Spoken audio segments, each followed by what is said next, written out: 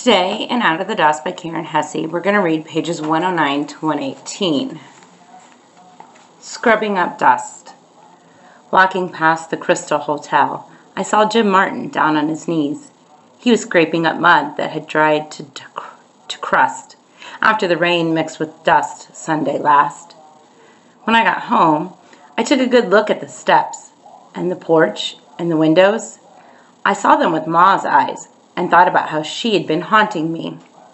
I thought about Ma. Who would have washed clothes, beaten furniture, aired rugs, scrubbed floors, down on her knees, brush in hand, breaking that mud like the farmers break sod, always watching over her shoulder for the next duster to roll in. My stubborn Ma. She'd be doing it all, with my brother Franklin to tend to. She never could stand a mess.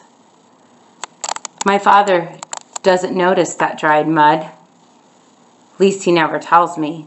Not that he tells me much of anything these days. With Ma gone, if the mud is to be busted, the job falls to me.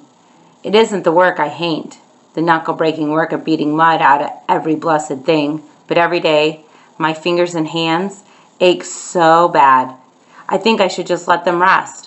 Let the dust rest. Let the world rest. But I can't leave it rest on account of Ma haunting. January 1935. Outlined by dust. My father stares at me while I sit across from him at the table, while I wash dishes in the basin, my back to him, the picked and festered bits of my hands in agony. He stares at me, as empty as the wash water at the roots of Ma's apple trees. He spends long days digging up for the electric train folks when they come use him or working him here, nursing along the wheat, what there is of it, or digging the pond. He sings sometimes under his breath, even now, even after so much sorrow. He sings a man's song, deep with what has happened to us. It doesn't swing lightly the way Ma's voice did, the way Mrs. Freeland's voice does. The way Mad Dog sings. My father's voice starts and stops like a car short of gas, like an engine choked with dust. But then he clears his throat and the song starts again. He rubs his eyes the way I do, with his palms out. Ma never did that. He wipes the milk from his upper lip the same as me, with his thumb and forefinger. Ma never did that either. We don't talk much. My father never was a talker. Ma's dying hasn't changed that. I guess he gets the sound out of him with the songs he sings. I can't help thinking how it is for him without Ma, waking up alone, only his shape left in the bed. Outlined by dust, he always smelled like her first thing in the morning when he left her in bed and went out to do the milking. She'd scuff into the kitchen a few minutes later, bleary-eyed, to start breakfast. I don't think she was ever really meant for farm life.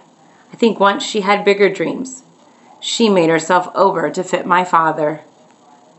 Now he smells of dust and coffee, tobacco and cows. None of that musky woman smell left that was Ma. He stares at me. Maybe he's looking for Ma. He won't find her. I look like him. I stand like him. I walk across the kitchen floor with the long-legged walk of his. I can't make myself over the way Ma did. And yet, if I could look into the mirror and see her in my face, if I could somehow know that Ma and baby Franklin lived on in me, but it can't be. I'm my father's daughter. January 1935. The President's Ball. All across the land, couples dancing arm in arm, hand in hand at the birthday ball. My father puts on his best overalls. I wear my Sunday dress, the one with the white collar, and we walk to town, to the Legion Hall, and join the dance. Our feet flying, me and my father, on the wooden floor whirling to Arlie Wonderdale and the Black Mesa Boys. Till 10, when Arlie stands up from the piano to announce we raised $33 for infantile paralysis, a little better than last year. And I remember last year when Ma was alive and we were crazy excited about the baby coming. And I played at the same party for Franklin D. Roosevelt and Joyce City and Arlie. Tonight, for a little while, in the bright hall, folks were almost free. Almost free of dust, almost free of debt, almost free of fields of withered wheat. Most of the night I think I smiled, and twice my father laughed. Imagine. January 1935. Lunch. No one's going hungry at school today. The government sent canned meat, rice, potatoes. The bakery sent loaves of bread. And Scotty Moore, George Now, and Willie Harkins brought in milk, fresh creamery milk, straight from their farms. Real lunch, and then stomachs full and feeling fine for classes in the afternoon. The little ones drank themselves into white mustaches. They ate and ate until pushing back from their desk, their stomachs round. They swore they'd never eat again.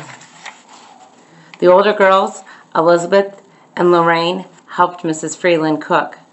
And Hillary and I, we served and washed, our ears ringing with the sound of satisfied children.